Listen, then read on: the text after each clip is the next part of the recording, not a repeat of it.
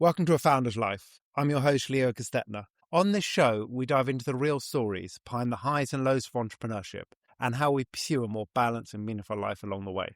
This podcast is sponsored by Thanks, helping founders like us scale with reliable remote talent. I'm excited today to be joined by Richard Crane. Richard, thank you for joining us. Would you You're like to welcome. introduce yourself? Sure. Happy to do so. So my name is Richard Crane. I'm an entrepreneur. I am the founder, CTO, CIO of Mil5. We are a 10 plus year old company. We turned 10 just last August, which was great. What can I say? I am your typical entrepreneur as far as everything goes, business, life, health, fitness, fashion. Yeah, I see it all, right? I always say I don't want to be comfortable as an entrepreneur. I want it difficult, right? So I can succeed. And that's me in a nutshell. And, I started off with my business partner, Sri Bhupati. He's a great guy. He's my brother from another mother. It's hard to find that, by the way. It's hard to find good people that you think you could have a business journey with for as long as we've had. And we started off with 2 people in a room. Now we're 350 people in 7 countries. Love that. I didn't know there was such a thing, by the way, as being an easy entrepreneurial journey, but It's funny. I was talking to one of my employees, actually, I think it was either yesterday. Yeah, it was yesterday. And they were like, oh, well, I wanted to do this because it makes your life easier. And I'm thinking to myself, well, that's nice, but I don't need my life easier. What I need is you to do this, that, and other thing. Right. And they were like, oh, okay. And you're right. An entrepreneur, our life is not easy. or my favorite on employees is one of the employees chatted to me today who in one of my startups, and she was asking for a pay rise because she's doing more things now. And I'm like, yeah, that's the pleasure of a startup journey. Let's make some money and then we can talk about a pay rise. But I always love people who are like, I'm still working 40 hours a week, but because you've asked me to do more things, I should get paid more. You're like, okay, but it's not like I'm asking you to work more hours. You're working the same number of hours. Anyway. Well, so hold on, right? It's an interesting point you make because I'm an AI, right? And we're software developers, right? That's what we are, right? As a whole. But I give my software developers AI and they're able to do 10 times more with AI, right? They still need it. I still need them because they know what they're doing. AI, it's great, but so a lot of times it doesn't know what to do until a human tells it. Right. And it just happens that human can produce 10 times more output. I'm not going to pay them 10 times more. Right. In fact, it costs me money to give them the AI.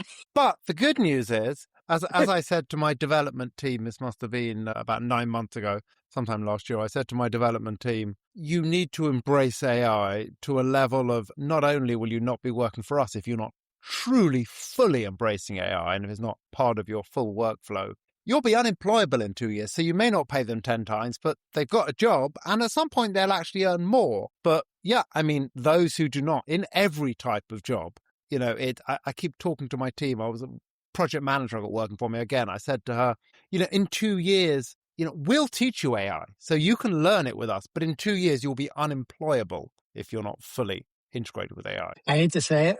I sent that message to my staff. I told my staff to learn AI, required them to learn AI in 2019, January 2019, right? This was about 5 months before we had a really robust solution that we had done for a customer of ours. It's a public case study, so I'll mention it, Olympus. Microsoft had highlighted it in the keynote of their worldwide developer conference, Microsoft Build. But about 5 months before that actual event happened, I said, everybody needs to be certified in AI. Now, the sad part, recently we had one of our employees, a customer was like, yeah, we're not really happy with this person. We're going to replace them with somebody internally. And that was a little bit of, okay, it was a bummer, but they didn't learn AI. And, we decided that we were going to let them go because they didn't invest back in themselves as far as their skills. They were, they only knew one trick, right? They didn't know 10 tricks, so they were a one trick pony. And I remember we called them into the office and he's sitting there with his laptop and he's like, oh, I'm learning AI. And I'm thinking in my head, too late, right? And we let him go that day. And the challenge is, I personally really like this person. They're one of my favorite people. They're funny as all get out, but they didn't invest in themselves and we had to let them go. Unfortunately, this was our oldest tenured employee. I can't hear you, buddy. I get that because we had our second oldest employee who had worked for me for about 11 years. I had the same thing last year, which he actually a fantastic developer, truly like a genius developer, but he just couldn't embrace AI to the level that he needed to. And he was like, it's so funny. He was like, I was like having a whole new wife, and he was complaining about like having to learn a whole new. I'm like, but at some point he's going to have to. But he was like, there isn't a role here if you can't embrace it. Like he just thought he could do everything himself, and it's a shame. My business partner is probably developing at the speed of 20 plus developers these days. Yeah, It's I am unbelievable too. what you can do. I'm developing 2 products a week. 2 products a week. In fact, just before this, I was demoing 2 products in our conference room next door to my entire senior staff. And they were like, whoa. So it was crazy. I completely get it. It's unbelievable what you can do now. Anyway, so we actually completely diverged on how I normally do the podcast. It's okay. It's always Well, fun. you and I are geeks. I'm a recovering geek. I used to be, but I still enjoy it all. So talk to us a little bit about your work journey that took you to where you are today, and then what your business is doing now. Okay, so short answer is education-wise, I'm an electrical and computer engineer. Went to Drexel University. Interestingly enough, I was like a 2.4 GPA student in high school. When I was in college, I graduated summa cum laude. My freshman year, I had 100 average in like chemistry, physics, a whole bunch of subjects. I had a 4.0 GPA. I really focused and I love learning, right? And, it's funny. I was at a startup outside of Philadelphia. And at the same time, I had stayed on, done some master's work at Drexel. I was also an adjunct professor at Drexel. But I had that startup bent. And a friend of mine, college roommate, was like, hey, do you know anybody with these skills? And I'm like, duh, me. He goes, oh, yeah. So I went down to Atlanta. I was there for a couple of years. One thing I realized about Atlanta is it's hot, right? and we were my ex-wife and I were traveling all over the place and not staying in Atlanta.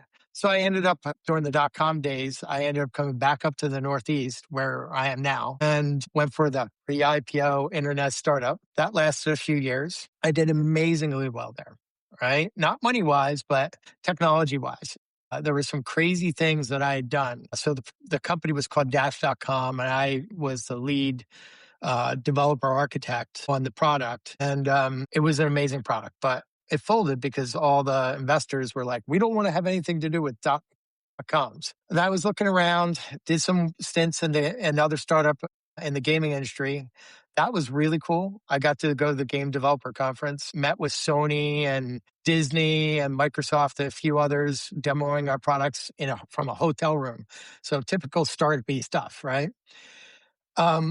Gaming startups are worse than .coms. They fold quickly. And I decided to go to Microsoft. And I was there for 10 years. And what I realized is I was making a lot of Microsoft customers extremely wealthy. I mean, I saw so many different companies, H&R Block, Associated Press, um, a lot of healthcare companies. I worked on some amazing things, NASDAQ, MathWorks, you name it. I would see 60 customers a year, and I was always helping them with the highest risk items. So I eventually got pulled out of Microsoft from a former boss of mine at Microsoft and went into consulting, bounced around for a little bit because I got burnt out with consulting, but then finally decided, it's time to go on my own. And I met my business partner. He and I met at Microsoft in 2001. He was chief architect at State Street at the time. And we knew we were going to do something big one day. And in 2015, we started it. It's great. My only regret is not doing it sooner. That's my only regret, right? My only regret. So But, maybe it wouldn't be what it is today if you'd have done it sooner. Maybe, it was the right time. yeah, maybe it was, maybe it was. And, there are days when being an entrepreneur and owning a company and having customers and employees and everything else, I'm like, oh, this is difficult, but I wouldn't have it any other way. Agreed. Although only Yeah. days. I mean, yes, I always say to people, if you want the easy option, if you want to, especially young entrepreneurs or aspiring entrepreneurs, I'm like, if you want to make money, go get a job. Long term, there's nothing quite like being an entrepreneur, but don't think it's an easy option. It's definitely not. Well, And I wouldn't do anything else. yeah. So what's interesting about that is, because I know we talk about a lot of different things, I'll highlight something to you. Given everything I do during my day, my number one ask of anybody I have a relationship with is don't create any drama. Right. And it's funny, I was out for Valentine's Day with my girlfriend, and she's like, "Hey, what can I do for you?" Right. And I'm like, babe, I said, thanks for asking about that. I said, I have big things to do this year. I said, I just want two things from you: peace and joy. And that's it. She goes, I can do that. So I'm like, done. Perfect. Yeah, perfect. I was like, yeah. And talk to us about how family looks for you. So, let me preface this. I was married for 24 years. Um, uh, my ex wife and I are divorced. We have two adult kids. They're great kids. I have a son who's in his almost mid 20s. I have a daughter who's in her early 20s. Uh, he does amazing stuff. He's an aerospace engineer and a computer science major, and now he's doing some crazy stuff that I can't talk about. My daughter is a biomedical engineering major, wants to and is pre med to be a cardiothoracic surgeon. Okay, so really smart kids. My ex-wife is really smart. I'm really smart. It only makes sense that they're doing amazing things. I'm happy for them. I do have a girlfriend now. We're going on 6, 7 months, which is great. So family life for me is whenever I can, spending time with my kids. My son is coming up next week. We're going to a game developer conference here in Boston. He's bringing his girlfriend, and it's also a conference I give tickets to my employees quite often, right? So they get to go. And then I'll see him again in a month. It's his birthday. We're going to travel and go to a concert and things like that. So we're looking forward to that. But otherwise, it's me very focused on, myself, carving out time. I don't see my kids and because they're living their own lives, right? I mean, I talk to them. I see them at the holidays. We make time to spend together. But otherwise, it's me and my girlfriend. And my girlfriend, she gets it. She knows I have to do big things. I see her about once, maybe twice a week. Either I go to her place or she comes to my place and we spend the weekend together. And that's life for me, right? And even when I'm at her place, if she's sleeping, I'm pounding away at the computer doing work. That's And, the you know, entrepreneurial, yeah. always. Yeah. Yeah. So that's essentially that's essentially what it is. But, the one person that I didn't mention is me. Right. And, my biggest thing right now is I have to invest in myself. And, I consider myself a part of that. Part of me taking a trip with my son is me. Part of me, I have a trip beginning of April where I'm going to Southern California and I'm riding motorcycles with like 30 guys. I haven't ridden a motorcycle since I was like 16, but I'm taking a 4-day trek on a motorcycle. That probably leads into a couple of the next questions I've got. But the next one is, how does health look for you? So maybe I should send you a picture of how I looked years ago.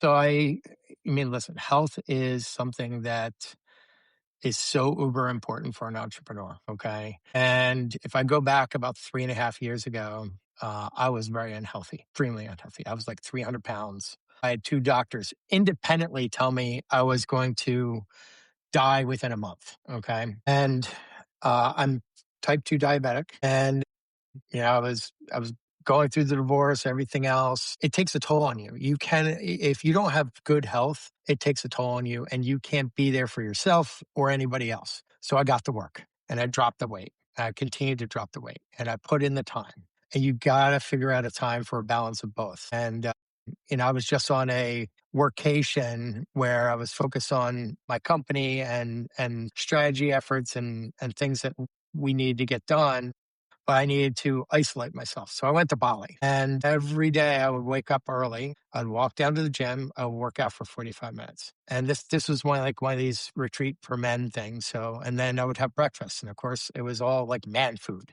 right? High protein, low carb, vegetables, that type of stuff. And then I would go up and I would work, and I would work for 4 hours, and that would take a quick nap, wake up, maybe work for a little bit more, and then I would go work out again and do another 45 minutes. And then I would um, take time to relax. I would do a cold plunge, hot tub, sauna, sit by the fire. Now, that is not something I can do every day.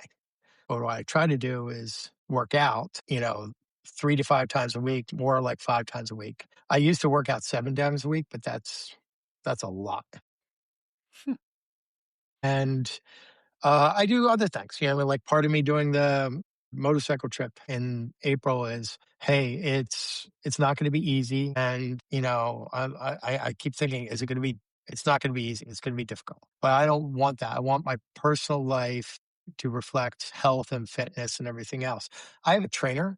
I can't afford to have him every day or anything like that. He's a professional MMA fighter. I actually give him a shout out. His name is Vinicius de Jesus, the Brazilian bad boy, right? He used to fight for Bellator. And he comes up and we train 5 hours straight. 5 hours straight. He's trying to enter the UFC. And I think he'll do it, right? And I told him if he enters the UFC, we're going to go to Bali. Him and we're going to go do that same thing I did. But I came back from Bali and he came to visit me for our training. And he was like, whoa. And I was like, yeah, right. In fact, I need to go back to Bali because I'm back here. I'm not doing the same rituals that I was doing in Bali, and I'm in America. Sorry, Americans, right? Our food here sucks.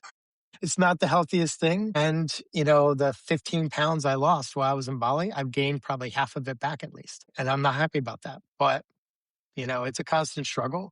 But it's a struggle that if you don't put up, it's a problem, especially for entrepreneurs. Yeah, a friend of mine said to me last night, we were talking about something, and she said, "I didn't realize you were vain." And she wasn't being particularly negative. She was just saying, and I'm like, "Yeah, I'm vain. I'm not massively vain, but like that's why I'm not 95 pounds heavier than I am now, like I was 20 years ago. As in, some vainness is why last night I shared a burger with her."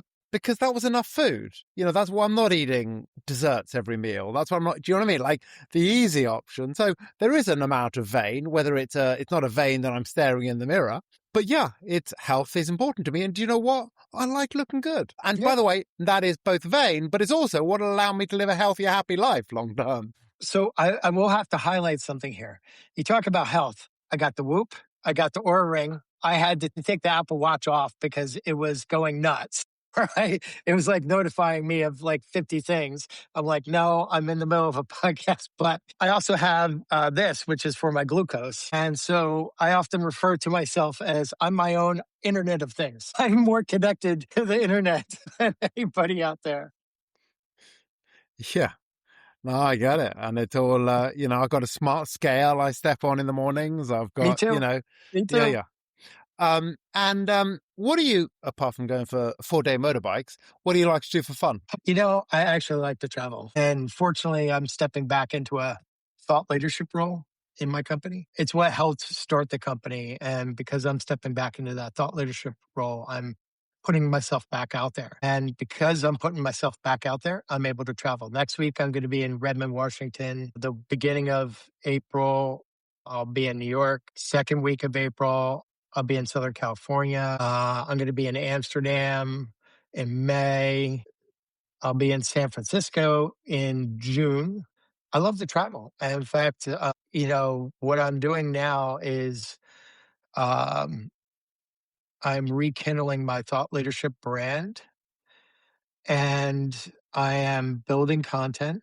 And as a part of that, I get to figure out what makes sense for travel and go do that. And I enjoy travel. So that's what happens. All right. Now, that being said, that's work. All right. course, I love to travel for personal reasons. In December, I traveled to Quebec with my trainer, my girlfriend, and my videographer, photographer guy, and we hired a private jet. Okay, we did that. Now, why did we do that? Well, I have content that I'm creating for my podcast, and we're doing a whole bunch of stuff, but I'm not going to let that be the only thing I did. Right? I went skiing, enjoyed that, trained. We filmed a Rocky montage of me training in the middle of winter, kind of like the Rocky Four, goes to Russia type thing. so, um, so I don't know. I like doing so many things. I like music and concerts. I like traveling. I like going to the beaches. I like skiing. You know what it is? If I were to do the same thing over and over and over and over and over again, I get bored. That's what I do. So That is that's what I part like. that I think that's probably part of the entrepreneurial journey as well. We like variation. What for you has been a pivotal moment in your life? Okay. I'm going to share with you a story that I think influenced me being an entrepreneur. So, my father passed away when I was 3. My mom raised my brother and I as a single mom. She ended up with her high school boyfriend for about 5 years. He was not a nice man. Okay. So, she got rid of him when I was about 10, which meant life was difficult for her again, but she had to get rid of him. He was not a nice man. He was an abusive man. And I remember when I was that age, like a year later, I was 11, and I would walk home from school by myself. I came in the back door, and my mom was sitting at the kitchen table, and she was crying. And she was drunk and she was miserable. And she's like, I don't know how I'm going to put food on the table. Okay. And boys and their mothers, boys and their mothers. I saw this. I was 11 years old. The very next day, I got a job. The very next day. And I became a paper boy. And the guy comes to our house and he's sitting on our steps talking to me. And it was interesting because in New Jersey, where we were living, you had to be 13 in order to have a job. And he asked me, he's like, what's your age? I said 11, right? He goes, what's your age? Thinking that me as 11-year-old understands what he's trying to get me to say, right? And he goes, you're 13, right? And I'm like, no, I'm 11. He goes, you're 13, right? No, I'm 11. And then he goes to ask me again. And before he asked me, my mom puts her hand on my shoulder, right? Just like this. It says, you're 13, right? And I'm like, uh-huh. And I've been working ever since. And so there are things, and I don't know if these were good decisions. I've been working since I was 11. It just means that there are things that I didn't get to experience as a kid. So when I had kids, I didn't want them to go through that. Part of me, I don't regret the decision, but part of me wonders whether that was the right thing to do. Is they didn't need. I wanted them to just be kids. My son and daughter did amazing things when they were in middle and high school. My son was the number one swimmer in all of New England. He's ranked nationally. He went to Florida to swim in a national meet, and he was swimming against swimmers like Ryan Lochte at 14. 14. I couldn't deny him of something like that. My daughter was the lead programmer for the first robotics competition for her high school. I can't deny them of those type of experiences. But at the same time, it begs the question, are they learning the life skills that I learned? I think in some cases, yes, and in some cases, no. So, yeah. And what is one piece of advice that you would give to an aspiring entrepreneur? It's the one I think that's come top to mind recently. I sort of mentioned it a little earlier. Is I already mentioned it. I'm going to basically say this: keep your circle small. Okay, you have big things to do. Don't let others dissuade you from doing them. That journey is not going to be easy. There are going to be people tell you, "Oh, that's not possible," or "Why are you doing that?" They don't understand, right? And the best entrepreneurs are the ones that don't listen to the negativity and just go ahead and do. And the one I was going to mention from earlier was comfort is your enemy. Listen, I make some money. I don't make the money I need to make or want to make, but I make some money. I have a good apartment. I have good food. I can go out to dinner. I can go on a couple of trips here and there, that type of thing. Otherwise, nothing, right? I do not want comfort because it fuels my drive to do amazing things. And many of the times people have told me, oh, you can't do that. In fact, my company, right? I remember there was probably a handful of people said, oh, You're never going to survive. Oh, you're never going to do that. Oh, really? Right. And here we are. How many companies succeed and die within the first year, 3 years, 5 years? We're a 10-plus-year-old company. There you go. Nice. Yeah. Well, thank you. I really appreciated, hearing some of your views on these things. And how can people find you? So I have a podcast, Inventing Fire with AI. So you can find it on Apple Podcasts, on Spotify, that type of stuff. You can also visit our company website at mil5.com. I'm also on Instagram, so you can ping me there. And I'm pretty much on every social media platform out there because I'm reinvigorating my thought leadership brand. So you'll see me out there. So easy to find, right? Excellent. Well, thank you. It's good to chat and good to hear all of your views and your journey. Thank you, Leo. I really appreciate being here. Thanks for listening to today's episode. If you enjoyed the conversation, don't forget to subscribe to the channel, tell your friends, and leave a review.